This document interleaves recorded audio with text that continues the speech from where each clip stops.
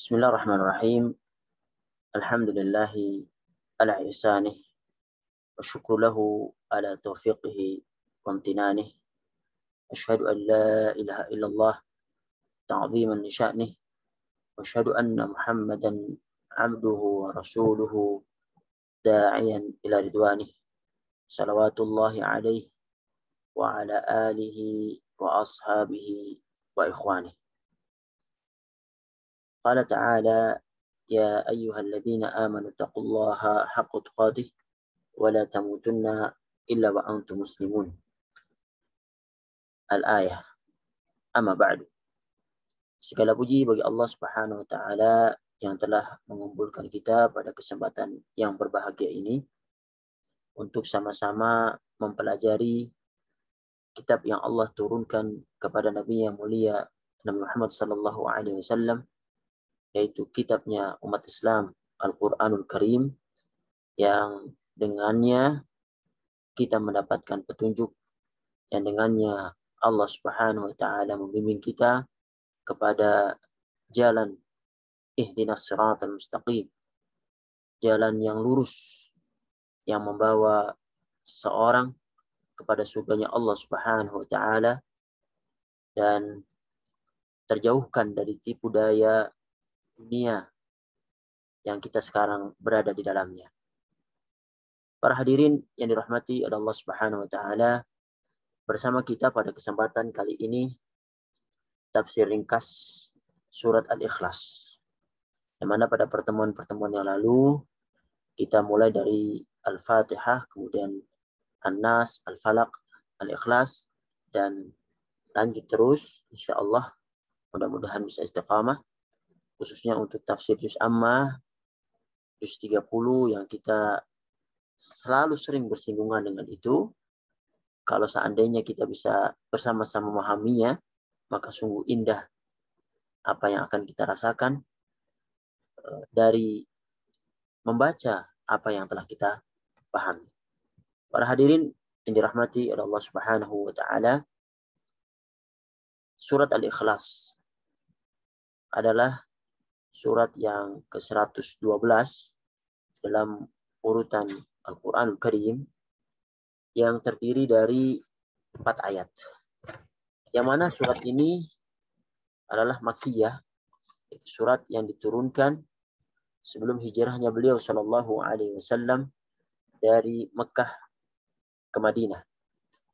Surat ini secara umum menggambarkan tentang penegasan akan keesaan Allah Subhanahu wa taala, yang mana Allah Subhanahu wa taala telah menciptakan seluruh makhluk yang ada di muka bumi ini, memberi rizki, mengatur, dan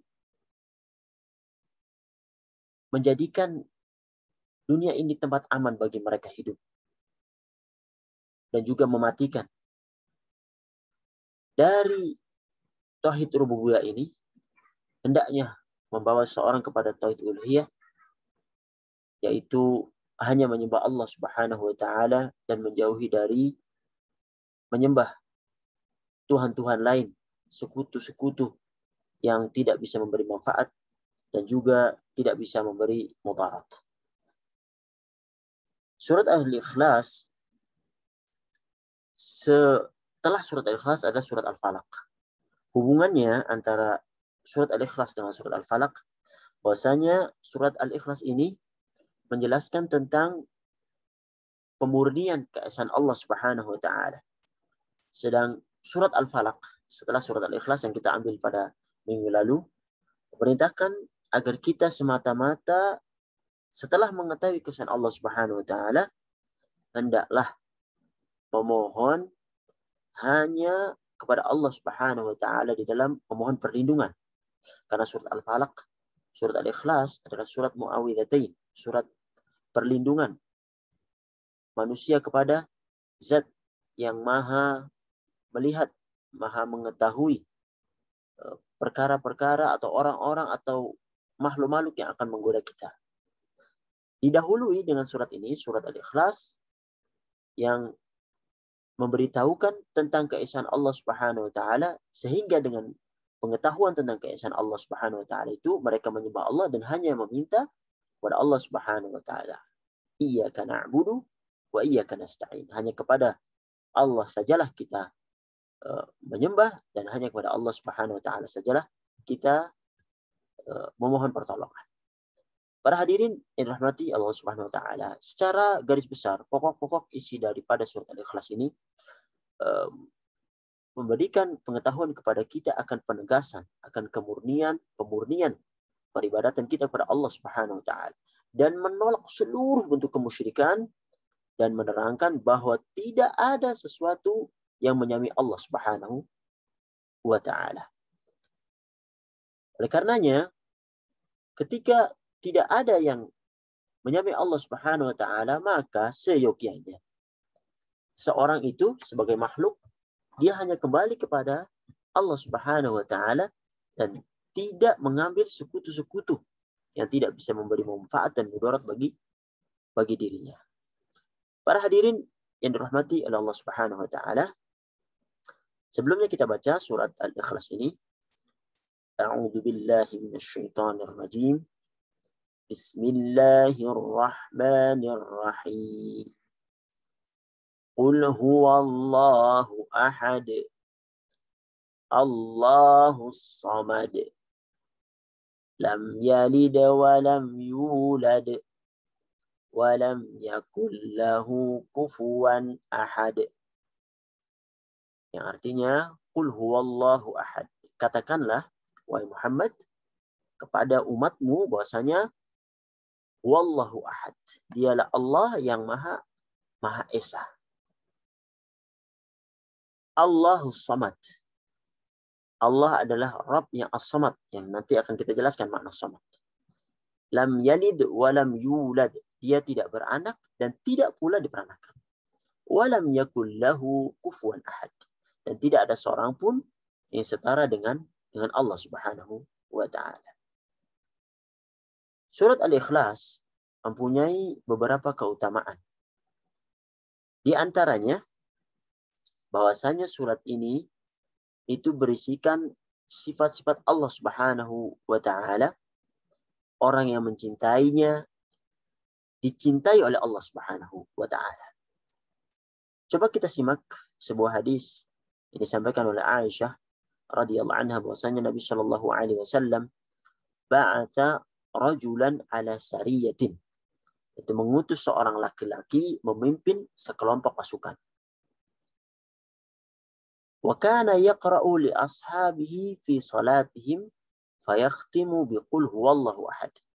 Jadi ketika dia menjadi imam salat, begitu biasanya ketika Rasulullah mengutus seorang untuk menjadi pimpinan sebuah pasukan, maka dialah imamnya. Dialah yang memimpin salat.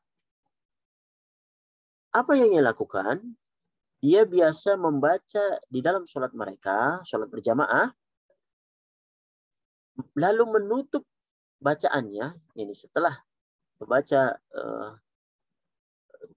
surat Al-Fatihah ataupun surat yang lain setelah Al-Fatihah, membaca dengan qul huwallahu ahad.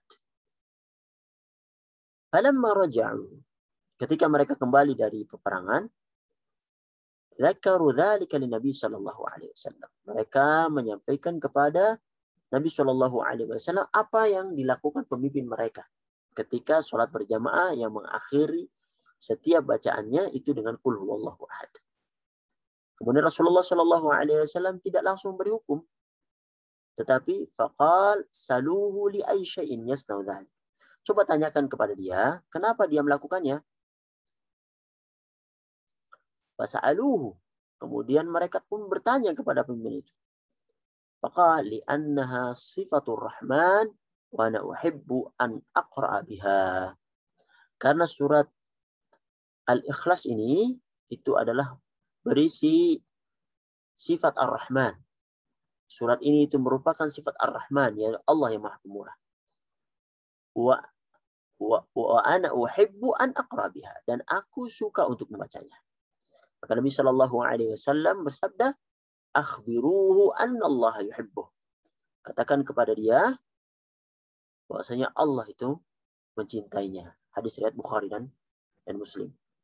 Jadi seorang yang mencintai surat ini, yang mengetahui isinya tentunya, yang berisi tentang sifat Ar-Rahman, Maha Pemurahnya Allah Subhanahu wa taala, dan mengagungkan itu, dia dicintai oleh Allah Subhanahu wa taala dan Rasulullah yang langsung menyebutkannya. Kemudian daripada keutamaan surat Ikhlas yang lain, bahwasanya surat ini itu sebanding dengan sepertiga Al-Qur'an. Sebagaimana sebuah hadis yang disampaikan oleh sahabat yang mulia Abu Darda radhiyallahu anhu, bahwasanya Rasulullah shallallahu alaihi wasallam bersabda, "Ayajizu ahadukum an yaqra'a fi lailatin thulutsal Qur'an?" Apakah seseorang dari kamu tidak mampu membaca sepertiga Al-Qur'an dalam satu malam? Para sahabat bertanya, "Wa kaifa yaqra'u thulutsal Qur'an?" Bagaimana seorang itu mampu untuk membaca sepertiga Al-Qur'an dalam satu malam? Kemudian beliau bersabda, "Qul huwallahu ahad ta'dilu thulutsal Qur'an." Bahwasanya surat Al-Ikhlas, Qul huwallahu ahad, itu sebanding dengan sepertiga Al-Qur'an. Hadis riwayat Muslim. Para ulama menyebutkan tentang sepertiga Al-Qur'an, maknanya adalah bahwasanya Al-Qur'an itu mengandung tiga bagian. Berisi hukum-hukum, yang kedua berisi janji dan ancaman, janji surga bagi orang yang taat dan ancaman neraka bagi orang yang mengingkari, dan seperti yang ketiga berisi nama-nama dan sifat-sifat Allah Subhanahu wa taala. Dan Al-Qur'an ini sepertiganya membicarakan tentang nama-nama dan sifat-sifat Allah Subhanahu wa taala yang baik. Oleh karenanya, seolah-olah ketika membaca Qul huwallahu ahad, kita telah membaca sepertiga Al-Qur'an. Para ulama yang lain menyebutkannya sepertiga Al-Qur'an pahala. Tentunya Allah Subhanahu wa taala maha luas, maha kaya untuk memberikan pahala sepertiga Al-Qur'an bagi orang yang membacanya.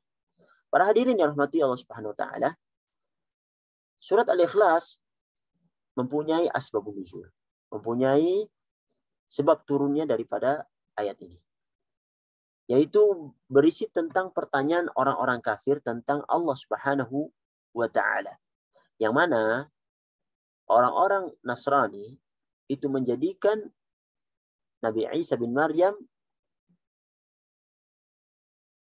itu sebagai sembahan mereka. Sebagai, ada yang mengatakan Trinitas, 3-1, ada yang menyatakan dia Tuhan atau sebagian anak Tuhan. Ada yang mengatakan anaknya Allah Subhanahu Ibnullah. Orang-orang Yahudi mengatakan Uzair ibnullah. Uzair itu anak Allah. Kayak mereka bertanya, Tuhan kamu kayak apa, wahai Muhammad sallallahu alaihi wasallam? Ini diriwayatkan oleh Ubay bin Ka'ab radhiyallahu anhu, anal musyrikin qalu Rasulullah sallallahu alaihi wasallam, bahasanya orang-orang musyrik di Mekah itu bertanya kepada Rasulullah sallallahu alaihi wasallam, unsub lana rabbak, sebutkan nasab Rabbmu kepada kami. Rabbmu itu kayak apa? Subhanallah, sebenarnya kurang ajar ya. Pertanyaan yang tidak pantas ditujukan kepada pencipta mereka. Dan mereka bertanya bukan untuk mengetahui, tetapi untuk menantang. Tapi Allah Subhanahu wa taala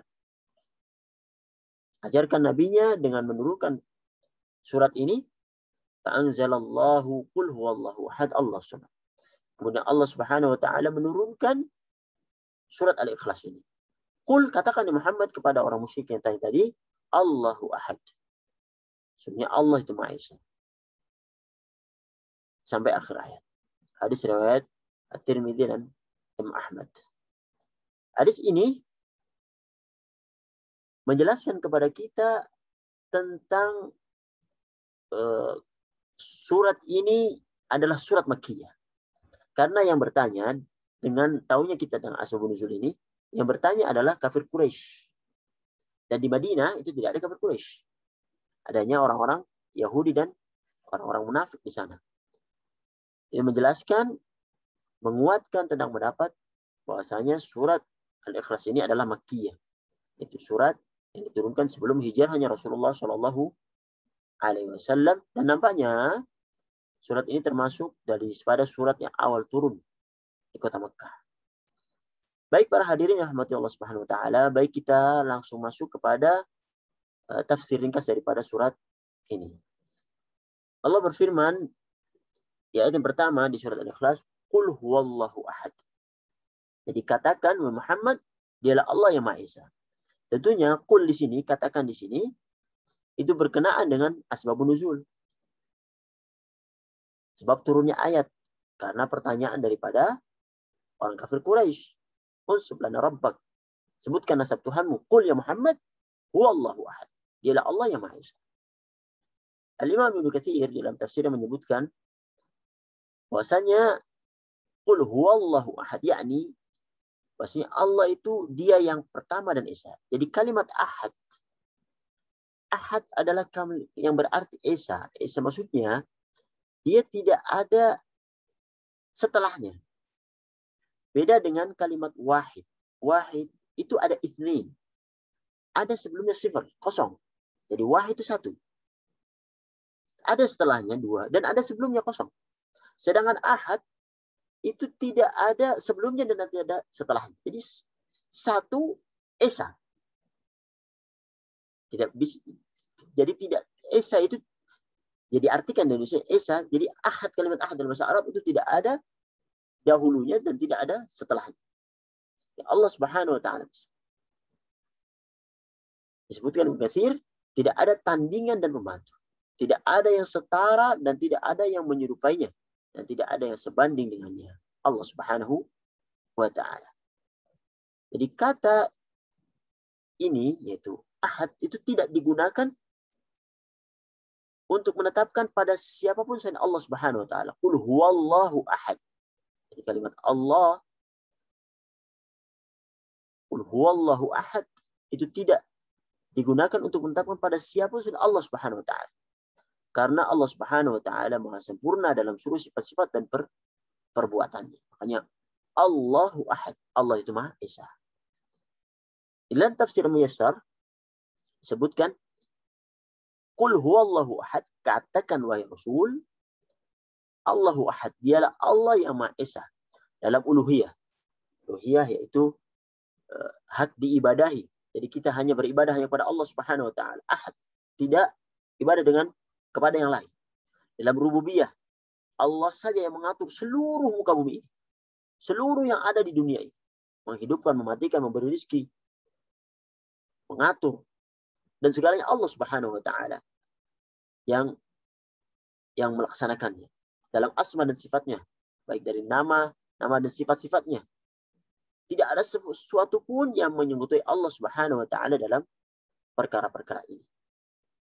Kemudian dilanjutkan tentang sifat-sifat Allah Subhanahu wa taala di ayat yang kedua, Allahus Samad. Allah itu adalah As-Samad. As-Samad adalah satu di antara nama-nama Allah Subhanahu wa taala yang indah atau dikenal dengan Asmaul Husna yang hanya dimiliki oleh Allah Subhanahu wa taala. Para ulama menyebutkan makna As-Samad itu dengan makna yang berbeda-beda. Tetapi penyebutan mereka tentang perbedaan ini itu bisa diterima. Seolah-olah semua yang mereka sebutkan itu tidak ada kontradiksinya. Bahkan seolah saling melengkapi. Dan inilah beberapa pendapat para ulama tentang makna As-Samad. Ada yang mengatakan As-Samad yaitu Ar-Rabb. Yaitu segala sesuatu yang menghadap kepadanya dalam memenuhi sebuah kebutuhan dan permintaan mereka. Ini pendapat Ibnu Abbas dari riwayat Ikrimah. Sebagian lain menyebutkan As-Sayyid, penguasa, yang kekuasaannya sempurna. Sebagian lain menyebutkan As-Sarif, yang maha mulia, yang kemuliaannya sempurna. Al-Azim, maha agung, yang keagungannya sempurna. Al-Halim, maha sabar, yang kesabarannya sempurna. Al-Alim, yang maha mengetahui, yang ilmunya sempurna. Al-Hakim, yang maha bijaksana, yang kebijaksanaan sempurna. Ya Allah Subhanahu wa taala yang sempurna dalam seluruh sifat kemuliaan dan kuasa. Allah Subhanahu wa taala yang mempunyai sifat-sifat ini yang tidak layak sifat-sifat ini untuk dipunyai oleh makhluknya. Allah Subhanahu wa taala Maha Suci, Maha Esa, Maha Perkasa. Ini adalah pendapat Ibnu Abbas dari riwayat Ali bin Abi Talha radhiyallahu anhu. Pendapat yang lain menyebutkan bahwasanya As-Samad bermakna yang maha kekal setelah seluruh makhluk binasa. Ini pendapat Al-Hasan dan Al-Qata'. Ulama yang lain menyebutkan As-Samad bermakna Al-Hayyul Qayyum, yang maha hidup, maha berdiri sendiri, dan mengurus yang lain, yang tidak akan binasa. Ini pendapat Al-Hasan. Dan tidak ada sesuatu pun yang keluar darinya. Yang lain menyebutkan makna As-Samad adalah tidak beranak dan tidak pula diperanakan. Ini pendapat Rabi bin Anas. Yang lain menyebutkan tidak berongga. Ini adalah pendapat Ibnu Mas'ud dan Ibnu Abbas dan Said bin Sayyib, Jahid, Abdullah bin Buraidah, Ikrimah, Said bin Jubair, dan yang lain-lain. Yang lain menyebutkan maknanya adalah yang tidak memakan makanan dan tidak minum minuman. Ini pendapat Asy-Sya'bi. Pendapat yang lain menyebutkan cahaya yang bersinar. Ini pendapat Abdullah bin Buraidah. Tentunya pendapat-pendapat ini yang kurang lebih ada 13, bahkan mungkin lebih ya, itu tidaklah bertentangan, bahkan saling melengkapi. Atau sering disebut dengan ikhtilaf di dalam tafsir mengatakan bahwasanya ikhtilaf tanawwu. Itu perbedaan yang tidak ada perselisihan di dalamnya. Intinya sama, bahkan saling melengkapi. Oleh karenanya, Imam Tabarani menyebutkan rahimahullah bahwasanya semua makna yang disebutkan di sini adalah benar. Dan ini semua merupakan sifat Allah Subhanahu wa taala. Dia adalah tempat menghadap di dalam menulis buku Tuhan. Dia adalah maha kuasa yang sempurna. Dia adalah As-Samad yang tidak berongga, tidak makan dan minum.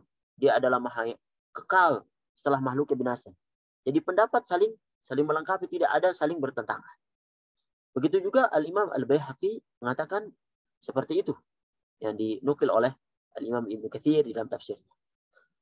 Syekh Musa At-Tayyib menyebutkan bahwasanya makna As-Samad, dia menyebutkan 5 makna As-Samad, lalu berkata bahwasanya perselisihan ini termasuk ikhtilaf tanawwu. Karena ikhtilaf ada 2, ikhtilaf tanawwu dan ikhtilaf tadad. Ikhtilaf tadad itu ikhtilaf yang saling bertentangan. Misalnya tinggi dan rendah, panjang dan pendek, nggak mungkin bersemu. Tapi ikhtilaf yang ada dalam makna As-Samad ini adalah ikhtilaf tanawwu. Jadi perselisihan jenis dalam ungkapan, mengungkapkannya. Yang intinya semuanya saling melengkapi dan bukan perselisihan dalam makna. Karena semua pendapat yang disebutkan oleh para ulama tadi memiliki satu makna. Yaitu bahasanya sifat Allah Subhanahu wa taala yang tidak membutuhkan perkara yang dibutuhkan oleh makhluknya. Karena Allah Subhanahu wa taala maha sempurna di dalam kekuasaannya.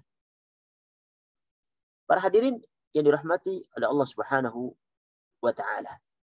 Dan perkataan-perkataan ulama ini, para salaf, itu juga yang tidak saling bertentangan itu memiliki makna yang satu, yaitu bahasanya As-Samad, yaitu Allah Subhanahu wa taala yang memiliki kesempurnaan dan keesaan di dalam uluhiyahnya, rububiyah dan asma dan sifatnya. Kemudian ayat yang ketiga, Allah sebutkan dari keesaan Allah Subhanahu wa taala itu lam yalid wa lam yulad. Tidak beranak dan tidak pula diperanakan. Yaitu Allah Subhanahu wa taala yang berhak diibadahi. Allah Subhanahu wa taala itu tidak dilahirkan. Sehingga akan binasa karena setiap yang dilahirkan dia akan binasa. Dan juga bukan sesuatu yang baru yang didahului oleh yang tidak ada. Kemudian Allah menjadi ada. Tidak. Allah itu ada sebelum ada itu ada. Allah itu akhir sebelumnya akhir itu berakhir. Jadi huwal awwal wal akhir. Allah itu awal, tidak ada sebelumnya. Dan akhir tidak ada setelahnya. Jadi Allah Subhanahu wa taala al-awwal yang tidak ada sesuatu pun sebelumnya dan al-akhir yang tidak ada sesuatu pun setelahnya. Allah Subhanahu wa taala lam yalid wa lam yulad. Tidak beranak dan tidak diperanakan. Maka ketika ada yang berakidah Allah itu mempunyai anak, seperti perkataan Nasara, Al-Masih ibnullah, Masih itu anaknya Allah. Sungguh bertentangan dengan ayat ini, lam yalid wa lam yulad. atau Yahudi mengatakan Uzair ibn Allah, Uzair itu anaknya Allah Subhanahu wa taala, bertentangan. Lam yalid wa lam yulad. Para hadirin yang rahmati Allah Subhanahu wa taala,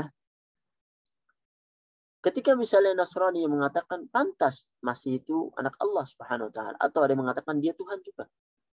Karena dia dilahirkan tidak ada bapaknya, maksudnya dengan izin. Sebenarnya dengan izin Allah Subhanahu wa taala.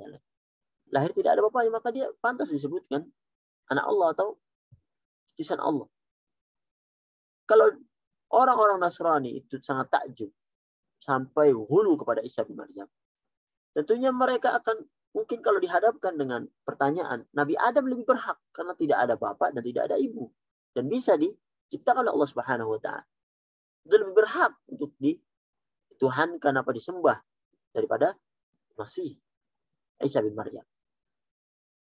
Karenanya akidah mengatakan bahwasanya Isa bin Maryam anak Allah atau dia Allah atau 3 dari 1 itu adalah akidah yang batil, akidah yang tidak benar. Walam yakul lahu kufuwan ahad. Ayat yang terakhir, Allah Subhanahu wa taala menegaskan sifatnya yaitu walam yakul lahu kufuwan ahad. Dan tidak ada seorang pun yang setara dengan Allah Subhanahu wa taala.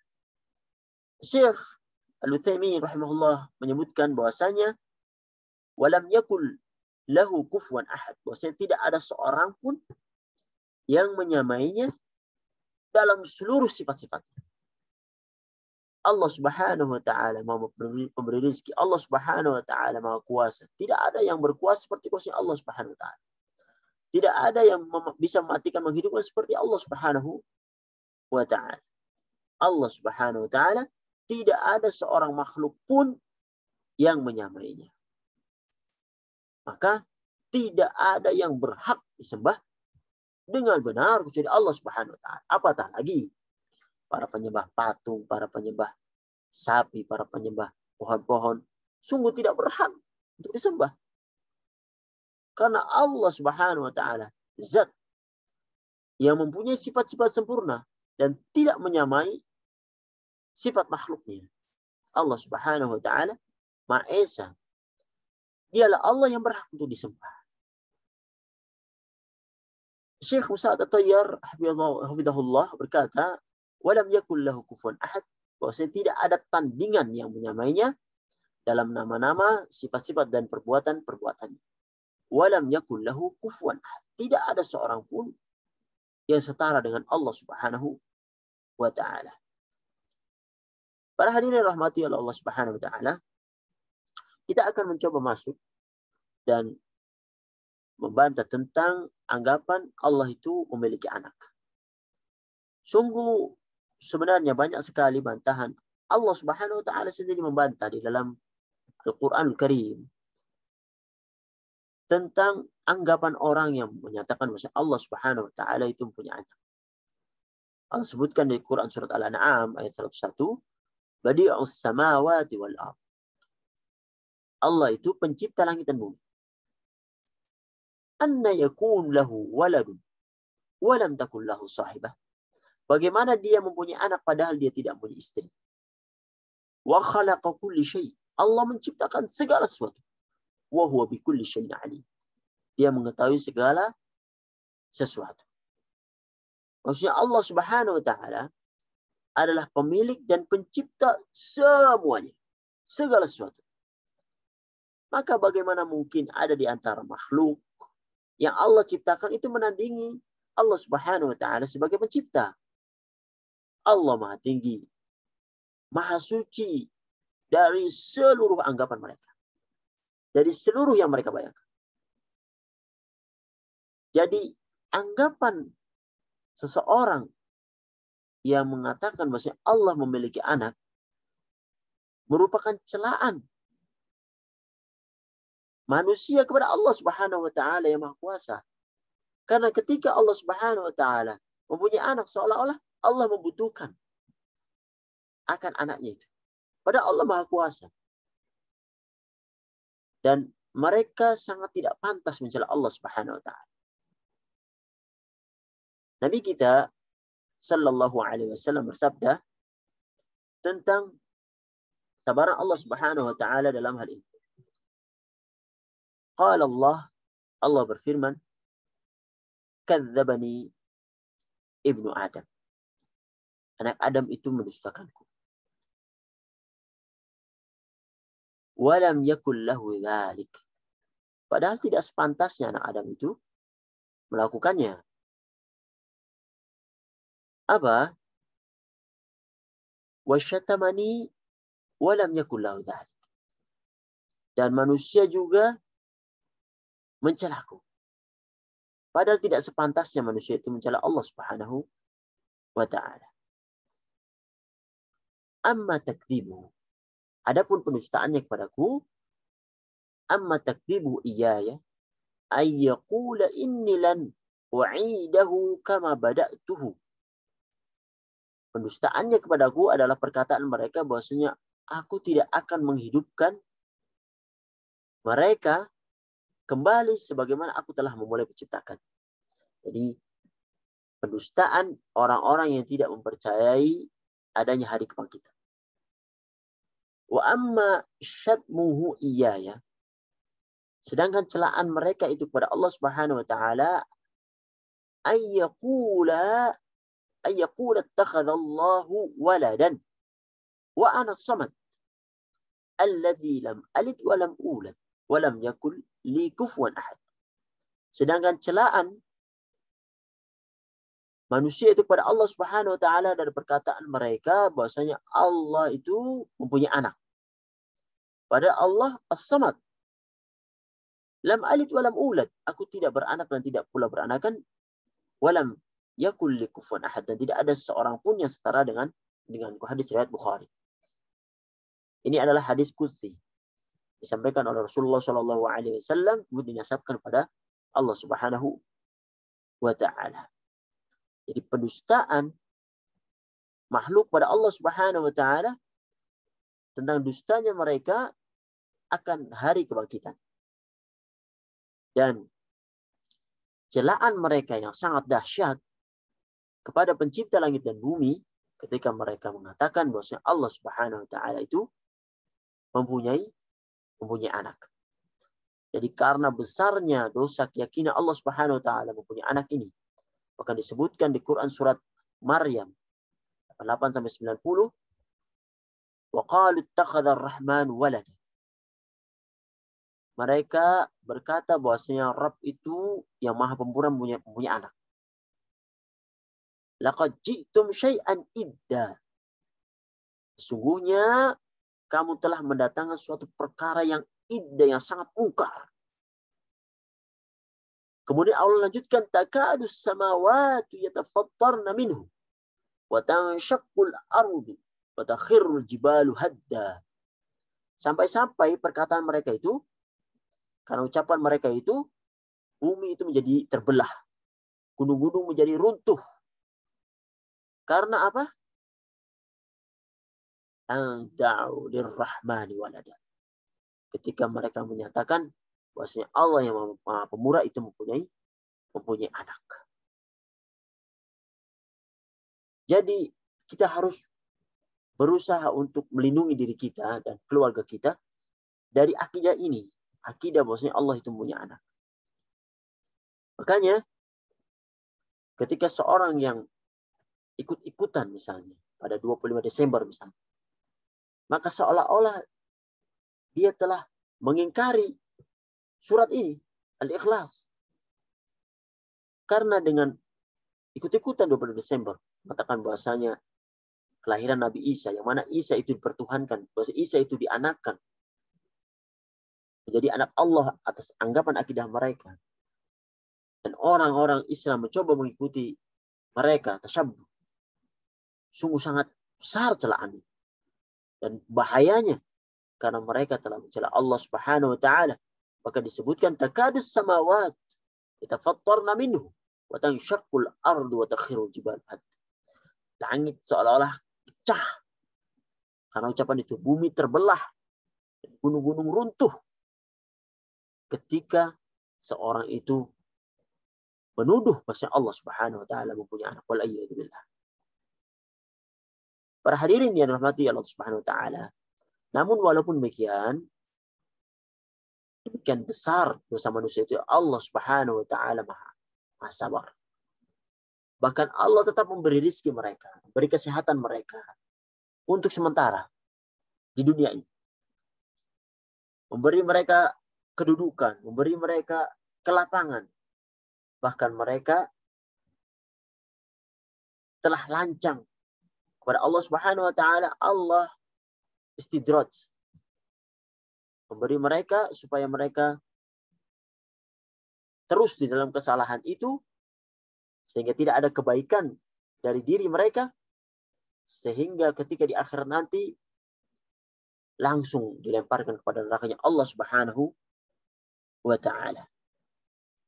Rasulullah Shallallahu alaihi wasallam bersabda tentang kesabaran Allah Subhanahu wa taala ini, laisa ahadun atau laisa syai'un asbaru ala adza sami'ahu min Allah. Tidak ada seorang pun yang lebih sabar daripada Allah Subhanahu wa taala terhadap gangguan yang ia dengarkan. Innahum la yad'una lahu waladan wa innahu la yu'afihim wa yurzuquhum. Sebagai manusia menganggap Allah Subhanahu wa taala memiliki anak. Nah, Allah Subhanahu wa taala lam yalid wa lam yulad. Tapi apa? Kelancangan mereka itu tidak menghalangi Allah Subhanahu wa taala untuk memberikan mereka keselamatan, memberikan kesehatan, memberi rezeki kepada mereka. Dan ini adalah maha pemurahnya Allah Subhanahu wa taala yang seharusnya seorang itu menghindari dari akidah yang sesat ini. Para hadirin yang dirahmati Allah Subhanahu wa taala, secara umum kandungan ikhlas bisa kita simpulkan, tentunya banyak ya yang bisa kita simpulkan. Salah satunya atau beberapanya faedah yang bisa kita ambil dari ayat yang agung ini, Allah Subhanahu wa taala menetapkan sifat esanya di dalam ayat ini. Qul huwallahu ahad. Allah Maha Esa. Sehingga keesaan Allah Subhanahu wa taala itu menjadikan seseorang hanya menyembah Allah Subhanahu wa taala dan tidak menyembah selain Allah Subhanahu wa taala, tidak membuat kesyirikan dengan menyembah makhluk yang Allah Subhanahu wa taala ciptakan. Di surat ini juga menetapkan tentang sifat as-samad, semadiahnya Allah Subhanahu wa taala. Yaitu sifat Allah yang tidak membutuhkan perkara yang dibutuhkan oleh makhluknya. Allah tidak makan, tidak minum. Manusia makan minum. Allah Maha sempurna dan manusia tidak sempurna. Allah Maha agung, manusia tidak bisa agung seperti agungnya Allah Subhanahu wa taala. Allah Maha kuasa. Manusia tidak mempunyai kekuasaan seperti kekuasaan Allah Subhanahu wa taala. Kemudian kandungan yang lain yang bisa kita ambil faedah daripada surat ini, yaitu Allah Subhanahu wa taala, dengannya kita mengenal nama-nama Allah Subhanahu wa taala dan sifat-sifatnya. Qul huwallahu ahad, Allah samad, lam yalid wa lam yulad wa lam yakul lahu kufuwan ahad. Kemudian faedah yang lain, surat ini menetapkan tentang adanya tauhid kita kepada Allah Subhanahu wa taala. Tentunya tauhid uluhiyah. Tauhid tentang hanya mengesahkan Allah Subhanahu wa taala dalam beribadah. Dan juga menunjukkan kenabian Nabi Muhammad sallallahu alaihi wasallam, yang mana Nabi Muhammad ketika ditanya oleh orang-orang musyrik, Nabi tidak menjawab. Bahkan tidak tahu jawabannya. Maka Allah ajarkan dan turunkan ayat ini, Qul ya Muhammad, Qul huwallahu ahad. Allah itu ahad, Maha Esa. Dan ini menunjukkan akan kebenaran beliau sallallahu alaihi wasallam dan kejujuran beliau menyampaikan risalah yang Allah Subhanahu wa taala bebankan kepada beliau sallallahu alaihi wasallam. Kemudian faedah yang selanjutnya, bahasanya surat Al-Ikhlas ini menjawab tentang kedustaan orang-orang yang menyatakan bahwa Allah Subhanahu wa taala mempunyai anak. Karena ada yang mengatakan bahwasanya Allah itu mempunyai anak. Bahkan mengatakan malaikat itu banatullah, malaikat itu anak-anak perempuan Allah. Nah, ini sungguh terlaluan dan tidak pantas untuk disandingkan sifat ini pada Allah Subhanahu wa taala, karena Allah lam yalid wa lam yulad. Kemudian faedah yang terakhir yang bisa kita ambil adalah misalnya diwajibkan bagi kita untuk beribadah kepada Allah Subhanahu wa taala semata. Karena Allah Subhanahu wa taala sajalah yang berhak memiliki hak untuk diibadahi. Memiliki hak untuk diminta pertolongan. Untuk kita berdoa kepadanya. Karena Allah Subhanahu wa taala Maha kuasa, Maha segala-galanya, dan kita harus bergantung kepada Zat yang Maha kuat agar semua permohonan kita itu bisa terijabahi ketika kita bergantung kepada Zat yang Maha kuat. Para hadirin yang dirahmati oleh Allah Subhanahu wa taala. Inilah sedikit secercah tafsir ringkas tentang surat Al-Ikhlas, yang mudah-mudahan dengan mengetahuinya kita menjadi yakin akan agama yang kita sekarang berada di dalamnya, itu agama Islam. Karena agama Islam agama yang sudah lengkap. Al-yawma akmaltu lakum dinakum. Pada hari ini telah aku lengkapkan agama ini. Tidak ditambahi, tidak dikurangi. Dan telah diridhai oleh Allah Subhanahu wa taala. Wa raditu lakum al-Islam madina. Telah diridhai Allah Subhanahu wa taala. Dan Rasulullah Shallallahu alaihi wasallam telah menjelaskan dengan sifat Allah Subhanahu wa taala, bahwasanya Allah itu Esa, Allah itu As-Samad, yang tidak membutuhkan. Tidak sama sifatnya dengan sifat-sifat makhluknya. Lam yalid wa lam yulad, tidak beranak dan juga tidak diperanakan.